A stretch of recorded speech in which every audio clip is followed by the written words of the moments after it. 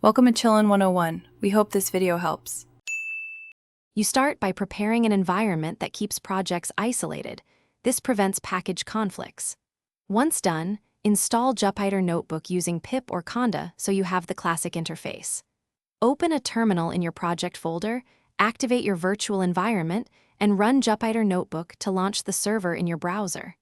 You'll see files and an option to create a new Python 3 notebook. Make sure to note the server URL and token printed in the terminal for access. You now build your notebook by mixing code and explanatory text so others can follow your logic.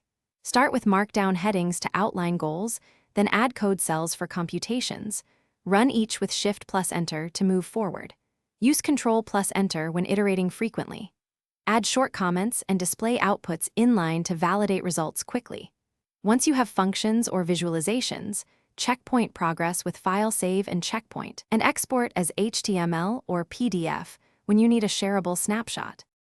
You finish by saving and exporting in formats your audience needs. Choose IPN to preserve interactivity or HTML for read-only sharing.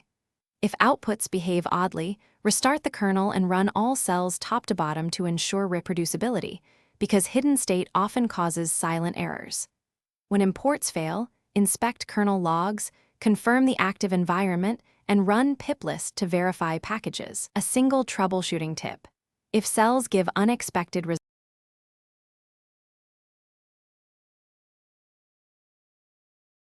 Thanks for watching. Consider subscribing if we helped you.